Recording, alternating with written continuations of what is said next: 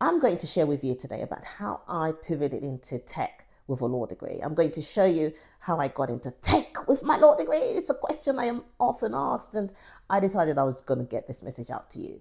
If you have been thinking about how you can use your law degree to get into tech, this is for you. If you're thinking about shifting from another industry into tech, this is for you too.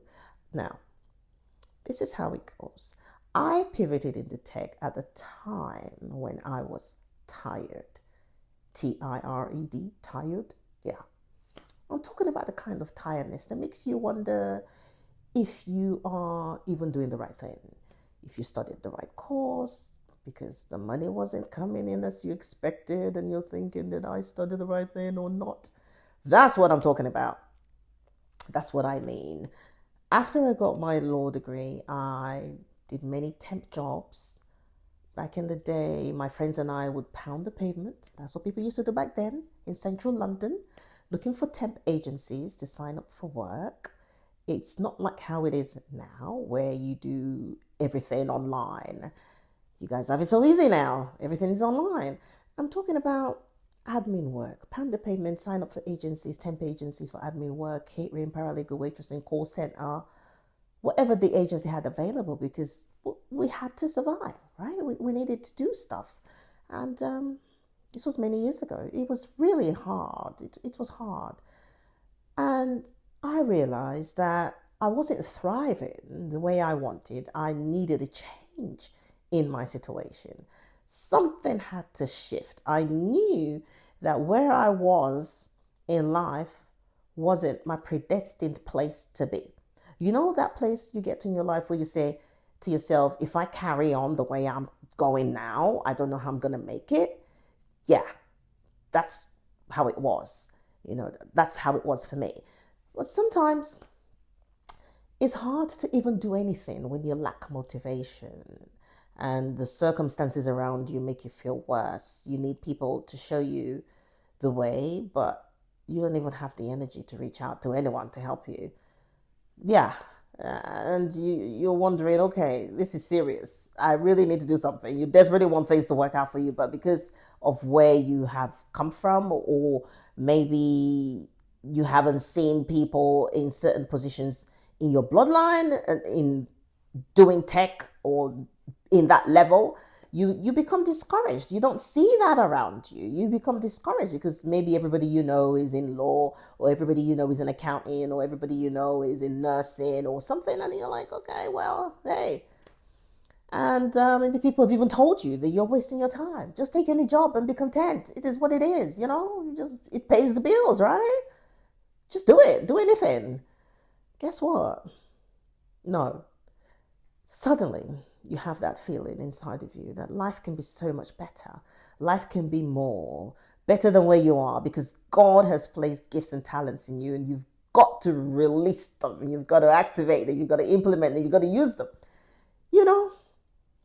That surely that stagnant place, that strange place that you're in, is not your predestined space. I said that before, right? You've seen wahala in your life. You have experienced turmoil. You've experienced frustration. You cannot carry that problem into your next season. You've already identified that there is a problem here, and if you carry on in the same way, something's got to give. You're seeing people you went to college with who are doing great things. They're going on adventures, and things are happening for them, and everything seems to be working for them, and you're wondering, what about me, except me? Lord, what's happening? What do you do now? Yeah, that was me. That's where I was. I knew that I could be more. My level at the time was not what I had envisaged for my life. I knew that surely there was more to life than what I was. Something had to change. I had to do something to remove myself from that place. That's what I mean when I said I was tired. Tired, tired. Yeah. So here's what I did. I reached out to my friends in IT, and I asked them to tell me the easiest thing to do, easiest thing to learn. Some people said, mentioned some hardcore programming languages and stuff that I had to learn, that I should learn. Some people recommended them. I felt they were too technical, and I was like, no, this is too much. I just want you to show me the simple thing to learn. I don't want to do some serious stuff like that. So one friend, who's my very good friend to this day, she told me to learn HTML. This was 20 something years ago. This story is 20 something years ago. Okay, some of you were not even born at that time. Listen, I got online and I learned how to code. Self-taught with tutorials. I learned that thing like I was studying for the bar exam. That's what I did. It was like my life depended on it. The struggle was real, though. It wasn't easy. The struggle was real. You know why the struggle was real? The struggle was real because I didn't have a computer at home. I didn't have a laptop. I lived at home with my mother in London. We didn't have internet at home. I'm talking about these were the days of dial-up internet. You know, dial-up internet that would make noise, ding ding before it connects to anything. That was how it was back in the day. So having internet at home wasn't on the household budget. I didn't have a laptop, just like I said. So what did I do? How did I learn? How did I even accomplish anything? How did I shift from law to tech? I went to the library and I stayed there as if I was working 9 to 5. I stayed in that library as if I was getting paid to be in that library. I was learning. I was determined to make it work. I bought books from Amazon. I learned JavaScript, cascading style sheets, name it. I studied hard. It was a new territory for me. It was an uncomfortable territory, but it was exciting. It was exciting at the same time. It was an excitingly uncomfortable shift from my norm, different from what I was used to. But I had a mission. I had a goal. When I finally built one website from scratch without tools, oh Lord, you don't want to know. I couldn't believe my eyes. I said, is this it? Is this what they paid big bucks for? Is this it? Are you serious? I was so excited. It was an oh my gosh moment. I was so excited. Obviously, there's more to learn about front-end development in IT and all the fun stuff. But that was a start. Pushed myself to start. Then the next thing I did, I learned how to use tools to build websites because that was a skill that was in demand at the time. These were the days of when people were using Adobe Dreamweaver when it first came out. I learned to use it. It was in demand. So, was it hard to shift to tech with a law degree? The hard work was getting my mindset right. That mindset thing, oh my gosh, that was the hard work. But once I started the process, it was good. I had to encourage myself that I could do it. If others had done it, I should be able to do it too. No big deal, right? I did it. Now, this just reminds me of the Bible verse in Proverbs 12:1. It says, to learn, you must first love discipline. I had to discipline myself. I had to focus and remove distractions. I didn't let anything get in the way of my learning. Nothing. I was focused. I was like, this then, I'm going to do it and it's going to work. So, has law background helped in my career? Yeah, absolutely. You can do many great things with your law degree. It trains you for life. I want you to remember this. Don't you ever think that because you didn't start off as technical, that you're not qualified to pivot.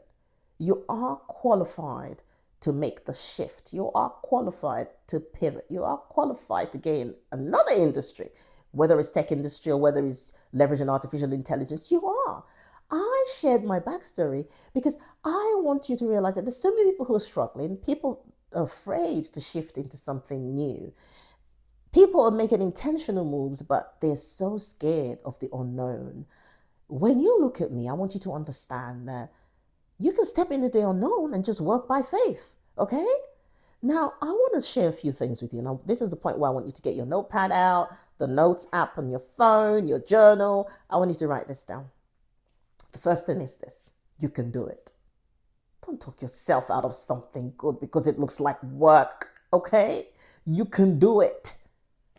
The other thing is this: don't be afraid to ask for help. What's the worst thing that can happen? They say no. Okay, fine. They say no. You move on. You move on to the next person and ask for help there. No hard feelings whatsoever. Number 3, to get to where you need to get to, you need to focus. That focus thing is so serious. Remove distraction from your path.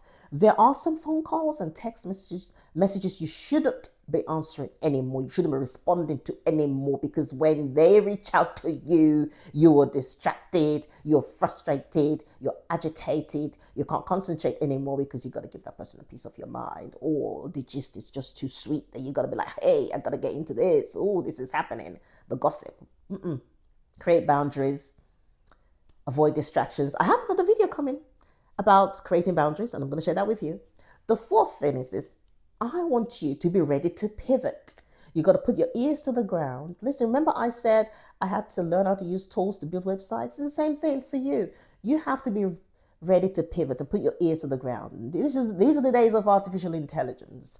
You can find out how you can leverage what you know already with AI, right? So be ready to pivot. The other thing is, it's okay to borrow tools that will elevate you. It's okay. I had to borrow. I went to the library to use the computer, to use the internet and the computer at the library because I didn't have it. This reminds me of 2 Kings 4 in the Bible, where Elisha told the widow to go borrow empty jars from her neighbors, and he instructed her about what to do with them. Listen, sometimes your elevation requires you to borrow tools for a time, or to borrow strategy for a time. I have that coming up in another video, so stay tuned for that so you can check it out. The other thing is representation. Representation matters a lot.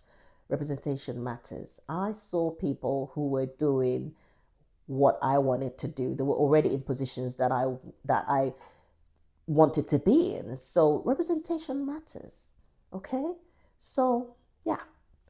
I hope you're encouraged today to step out in faith, use what you have already, and make it work for you. I believe in you, and I know that you can do it. Okay? You can do it. I know that.